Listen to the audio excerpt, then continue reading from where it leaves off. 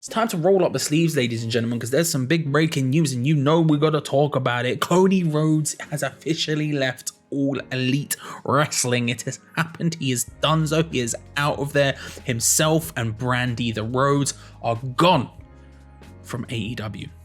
Now, we've heard the rumors, we've heard the reports in the last couple of weeks that he actually hasn't had a contract since the end of the year, that he's been working on a show-by-show basis.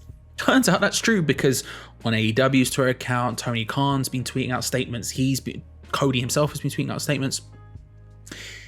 It's official. He done. He out, right? Now, we're going to talk about it from several different perspectives. We're going to talk about why this is good for AEW, because I do think there's some positive spins. We're going to talk about why this is bad for AEW, and I do think this is a significant blow. Let's not get that twisted. And then we're going to put a little bit of sauce on the end, a little sprinkle of... not conspiracy theories, what's the word I'm looking for? Fantasy booking. That's the wrestling way of saying conspiracy theories. We're going to talk about sort of the machinations behind the scenes and sort of speculate right at the end, because I do have a theory. I think I'm wrong. I'm fairly certain I'm wrong, but that's not going to stop us just speculating just endlessly and ruthlessly, right? So let's get to it, shall we? Cody Rhodes is done. He is gone. Himself and Brandi are out. They're no longer performers, they're no longer EVPs. And I think whenever we talk about news like this, especially that is marinated, coated in the war of AEW versus WWE, and Cody himself is essentially the flagship bearer for that. He is the forefather of it. He is the guy who went and destroyed the throne, who held the golden shovel. He is that guy who left WWE, that sort of kickstarted this whole thing going to New Japan, getting involved in Bullet Club, doing All In, starting All Elite. He's kind of the poster boy for the war in a lot of senses. The reports and rumors are that he could be going back to WWE. And again, when these sort of stories happen, we forget to really talk about the people in the midst of it. Now, that's one thing when you're, I don't know, Mustafa Ali, who's currently in the news at the moment for wanting to leave, and their booking is terrible, and you're talking about it from that instance. There's times where you can hit a company, right? There's times where you can talk about it in terms of company versus company and all that kind of stuff. Look at the Samoa Joe video I did a couple of months ago, right? When I didn't get sidetracked with work, so I couldn't do videos on the channel. Look at that video. I was incredibly angry with WWE that day. That was the time to start throwing fists, right? Equally, there's times to start throwing fists at AEW, but for this, I think it's important to keep in mind the people at the center of it, because this is two people who are kind of at the highest value they've ever been to some extent, and at the same time, two people who've just had a baby. You have to remember that these are people who are starting a family. So when you talk about why would Cody Rhodes do it, why would Brandi do it, they left WWE, Cody especially, with name value to some extent. He was at Rhodes. He was known as a guy who was underutilized. This was before WWE were in their phase of just firing every Tom, Dick and Harry on their contract. It was a big deal. And then he left and went to do independence. He had the list of names he wanted to do. And it felt like a guy who was underutilized, right? It felt like a guy who could do more. Now we see a guy who has been on top, kind of led the revolution, as I've said, to some extent. The invasion of WWE and all that, being the elite. A guy who was, if anything, overutilized. Now he's not being as prevalent on a show as some other people. He's not there every single week, but he does have the overly ostentatious entrance and all of the other. I'm the American dream, definitely. I say nightmare, but what I really mean is I'm my dad, like kind of shit going on. This is a guy who has shown that essentially he can lead a company, can be the forefront of a company, can have storylines built around him and can carry it. It's a guy whose stock has never been higher. And in that sense, when you look at it and you say, well, you obviously have to listen to contracts at that point. You can't, when your stock is at its peak, you can't just throw it all out the window. You do have to kind of listen to other companies and see what they're willing to give you. If the rumors, not rumors, but he did sort of say it he has sort of said it multiple times, really, actually, if we're being honest about it. He's spoken about the idea of him potentially retiring, which I think he's playing up to. I think he's being overblown about it. But if we take that as a given for a second, he did the whole semi beginning to retire before Malachi Black came out and blapped him again. He did the he's spoken about potentially only having 3 to 5 years left of actually in-ring action in interviews. If that's true, and this is a guy whose stock again has never been higher, who's also starting a family with his wife, you have to imagine that the contract WWE would offer him would be almost impossible to turn down. You know, it's been reported that him and AEW have been in talks and that they wanted to stay together, that it did want to be a situation that was resolved. This wasn't a bad feud. This wasn't anything like that. This was something that wanted to be done. It just could never quite come to terms.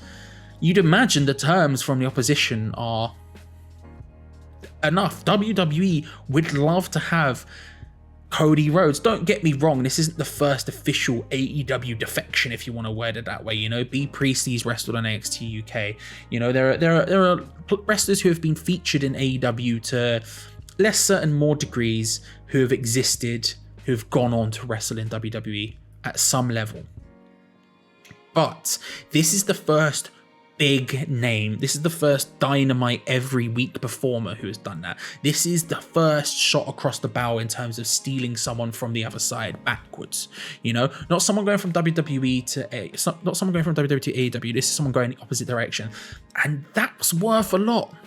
You add on top of that it's Dusty's son. You add on top of that it's a guy who's shown that actually he can lead a company. You add on top of that a guy who works perfectly within your setup. He is, if anything, an incredible promo. That's not to say he's not good in ring, because he is. But look at the promo battles. If anything, the builds to matches of, say, Aldous and Dustin, those matches he had, if anything, the builds would partially make those matches so special. That's not to say he can't have an absolute classic when he wants to. He's shown he's more than capable of doing that. But if you're WWE and you want a guy who's just going to come in and bloody grab the mic and go wild with it and make you money, there's few people better than Cody Rhodes currently doing it in the English language. I can't talk. Penta sounds like he gives an amazing promo, but I don't understand it. You know, I'm an idiot. I'm uncultured. I don't speak Spanish. But when you're talking about in an English language, there are very few who do it like that, right? A lot of money when you're starting a family and your aspirations past wrestling, acting, all of that kind of stuff, going to WWE makes sense. It puts you on a platform that will get you your foot in the door significantly easier than being in AEW would. Now, that's not to say AEW won't get your foot in the door. Of course it will. Of course it will. There will be situations where you can go, I am the TNT champion for AEW, roads to the top, the big show, all that sort of stuff. That will get you in the door. WWE will much more so. I have an uncle, right, who knows I like wrestling and video games. And so whenever we meet up, he will always mention the name of a wrestler or a video game at me. So you go, oh, Assassin's Creed. Oh, John Cena. And I go, yeah, that is a wrestler. He does grapple. He's never going to do that with an AEW guy. Not yet. They're getting there. They're pushing there. And with the signings of people like CM Punk, which was genuinely earth-shatteringly large news, Daniel Bryan, earth-shatteringly large news. There are names that are pushing them in that direction and they're getting there. But at the same time, saying I am WWE performer Cody Rhodes is a much bigger deal than I am AEW performer Cody Rhodes. So that all makes sense. But why is it bad for AEW? Because they've lost Cody Rhodes, man. Like, he is a big deal. As much as right now his stock in terms of crowd reaction is very much boos, and where you can make arguments about whether that's being a heel or whether that's go away heat, as you want to call it, then yeah, we can have those discussions. But he was one of the most interesting characters in AEW for me. That's not to belittle the likes of Hangman, CM Punk, Danielson, my boys like Eddie Kingston, people like that. It's not to knock any of those people. However, his slow character arc from being a beloved babyface to sort of loathed heel has been kind of beautiful to watch. I mean, if you go back to the CM Punk video I did in this channel, the 3 perfect opponents for CM Punk and AEW, I named him as one of them. And that's because to me, his character in AEW has always been a bad guy who thinks he's a good guy. He has always been, he thinks he's the American Dream. He thinks he's his dad, right? The character, this is not Cody as a human being, but he thinks he's his dad. Whereas in reality, he definitely was a heel, going about in the American regalia, the flag blaring and the music about family dynasties and all that. He comes out with all of the ostentatious pyro, like, guys, that's a heel, as a bad guy. Like, it's just that he was doing good guy stuff for the most of it. And over the last couple of months, we've seen him slowly, of course, get booed more, but we've seen him embrace that. Let's not make bones about it. He was 100% embracing it, as was Brandi. This was a slow change that was happening, and it was being embraced. And that was incredibly interesting to see, because I was like, oh, where's this gonna go? And one of the interesting facets about him is that he just can't wrestle for the world title. So no matter how over he got, and I think now is the most over he's ever been as a performer to some extent, he could never wrestle for the world title again. And so there was always this interesting dynamic of what was going to happen next with Cody Rhodes. And I think missing that or losing that is a big miss, is a big L. That's a big loss. You don't want to happen. Now, why is it good for AEW? Well, I mean, you can talk about the sort of rumors of the fraction between the other EVPs and him potentially falling out with them or whatever, which I don't want to talk about mainly because I just don't know. And so I can't really speak about that. But if you want to talk about in general terms of hierarchies and businesses management, you sort of want everyone to be on the same page. If they're fighting against each other, then problems occur, right? But undoubtedly he would have been on a lot of money, and all of a sudden having that money to play with is very, very useful, right? For a couple of reasons. One, you can go and you could sign someone like Keith Lee who's just been released from WWE as opposed to directly from WWE, who has the potential to be a huge star. Mustafa Ali, if he was ever available, right? Keith Lee is a perfect example. Became available, you sign him up because that guy is flipping money. You only have to see his first match to know, yeah, the guy money, right? Or you could spend it on investing in lower independent talent who maybe haven't made their name yet but have the potential to get there.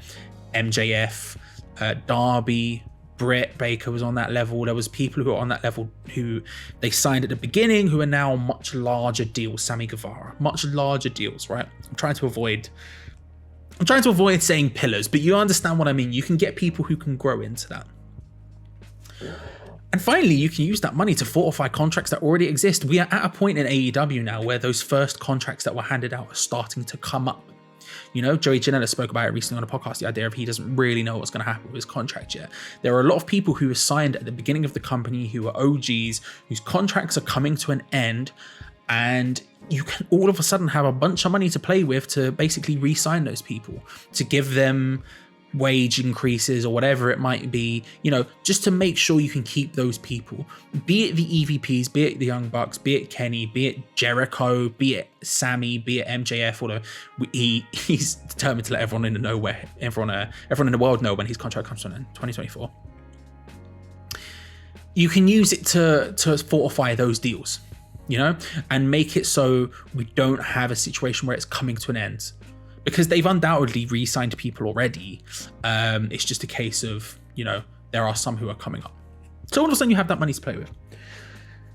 And the last positive is it has a gap for someone to step into now. That role he was playing of the in-between main event, the upper mid-card, if you want to put it that way, but I think that probably does it a disservice. Cody Rhodes was a main event level wrestler, but just wasn't able to fight for the title, but the matches he had were huge deals.